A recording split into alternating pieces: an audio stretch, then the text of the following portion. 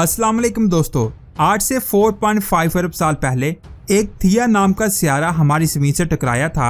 उस टक्कर की वजह से हमारी ज़मीन 23.5 डिग्री के एंगल पर टिल्ट हो जाती है और ज़मीन से निकलने वाले कुछ टुकड़ों की वजह से हमारा चांद बना और इसी चांद की वजह से आज हम ज़मीन पर जिंदा हैं। इन अरबों सालों में हमारी ज़मीन पर बहुत सारे सीजन आए जिनकी वजह से हमारी ज़मीन रहने के काबिल हुई और ज़मीन को लाइफ के लिए बेहतर बनाने में चांद ने भी बहुत अहम रोल अदा किया है। लेकिन अगर चांद बना ही ना होता तो क्या होता? क्या तब भी हमारी ज़मीन आज जैसी होती? अगर चांद की जगह किसी और ऑब्जेक्ट को रखा जाता तो आज हम ज़मीन पर जिंदा ना होते। लेकिन ऐसा क्यों है? इसके पीछे की वजह है चांद का परफेक्ट साइज। इससे ज्यादा और कम साइज वाले ऑब्जेक्ट का मतलब है हमारी मौत। लेकिन हमारी कायनात में एक चीज ऐसी है जो हमारी ज़मीन को नुकसान पहुंचाए बगैर हमारे चांद की जगह ले सकती है। और क्या आपको पता है वो कौन सी चीज है? अगर नहीं पता तो वो चीज है एक ब्लैक होल। जी हाँ, आपने बिल्कुल सही सुना। आखिर ये कैसे पॉसिबल हो सकता है?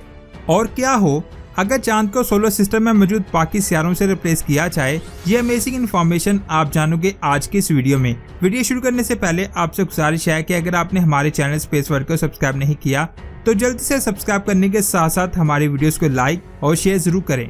सबसे पहले बात करते हैं सैटर्न की। अगर चांद की जगह पर सैटर्न को रखा जाए तो क्या होगा? इसकी ग्रेविटी का एरिया 60,000 किलोमीटर से लेकर 4 लाख किलोमीटर तक है, लेकिन हमारी ज़मीन से चांद 3,85,000 किलोमीटर ही दूर है। अगर चांद की जगह पर सैटर्न को रखा जाए तो हम इसकी खतरनाक ग्रेविटी के अंदर होंगे। यहाँ पर हर ऑब्जेक्ट इसकी ग्रेविटी की वजह से टुकड़ों में बदल जाएगा। ये सब इतनी जल्दी होगा कि किसी को भी पता नहीं चलेगा कि आखिर हुआ क्या है। जब जमीन पर इसका असर होगा तो सबसे पहले सैटर्न की ग्रेविटी जमीन के स्ट्रक्चर को तोड़ेगी, जिसकी वजह से बड़े बड़े अर्थक्वेक्स और सुनामी आएंगी और जमीन से लावा निकलकर सतह पर आने लगेगा। सिंपल अल्फाज में कहें, जमीन पर क़यामत आने लगेगी। यानी हमें सैटर्न से चांद की जगह को बदलना नहीं चाहिए। लेकिन अगर हम सैटर्न से छोटे सियारे वीनस को चांद की जगह पर रखें तो क्या होगा?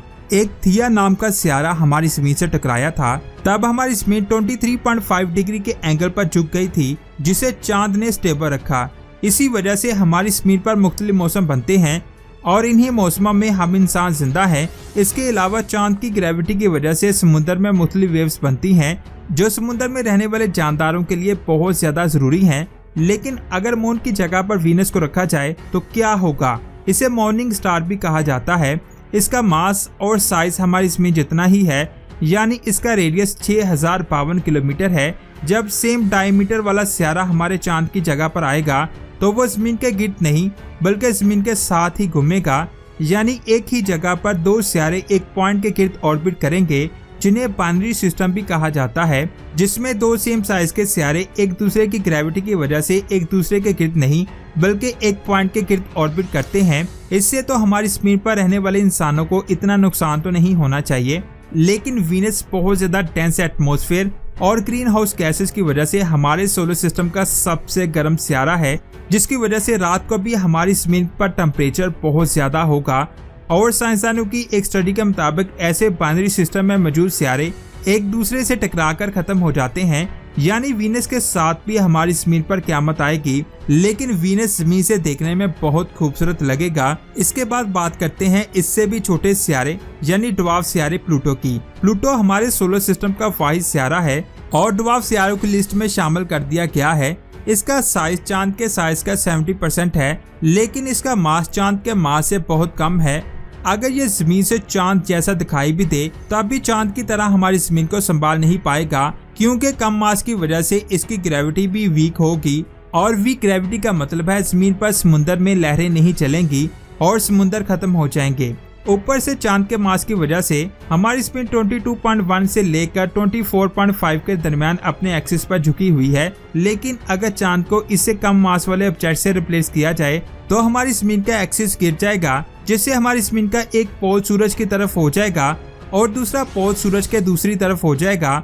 आप सोच भी नहीं सकते कि अब क्या होने वाला है। साइड के चेंज होने की वजह से हमारी ज़मीन की मैग्नेटिक फील्ड कमजोर होना शुरू हो जाएगी, जिसकी वजह से सूरज से निकलने वाली रेडिएशन सीधे ज़मीन से टकराएगी और पोल्स की बर्फ कुछ ही दिनों में पिघल जाएगी, जिससे ज़मीन पर मौजूद सारी लैंड पानी में डूब जाएगी और कोई एक जगह भी नहीं बचेगी यहाँ इंसान रह सके।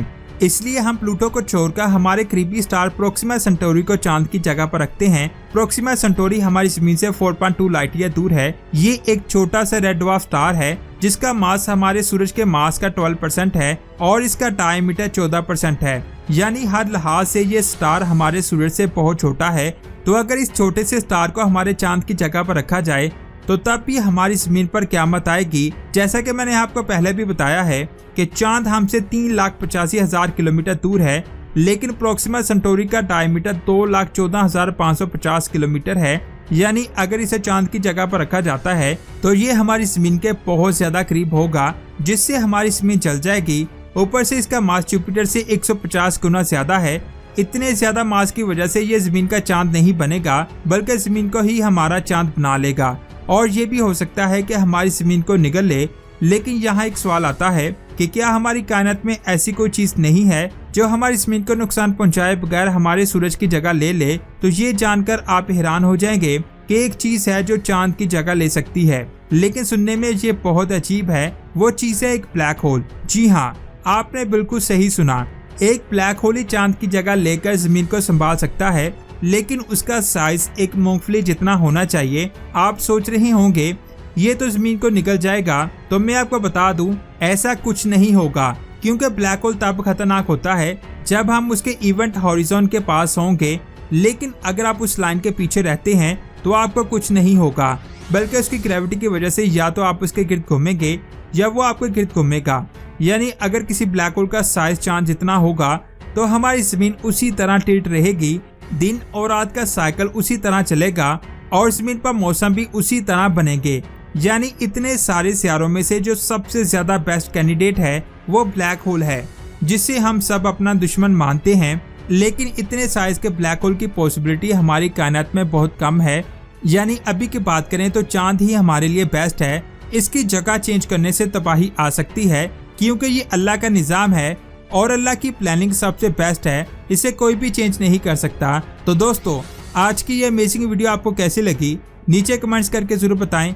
वीडियो अच्छी लगी तो लाइक करने के साथ साथ इसे आगे भी शेयर करें और स्पेस की ऐसी ही अमेजिंग वीडियोस को देखने के लिए हमारे चैनल स्पेस वर्ल्ड को सब्सक्राइब करके बेल आइकन को प्रेस करें।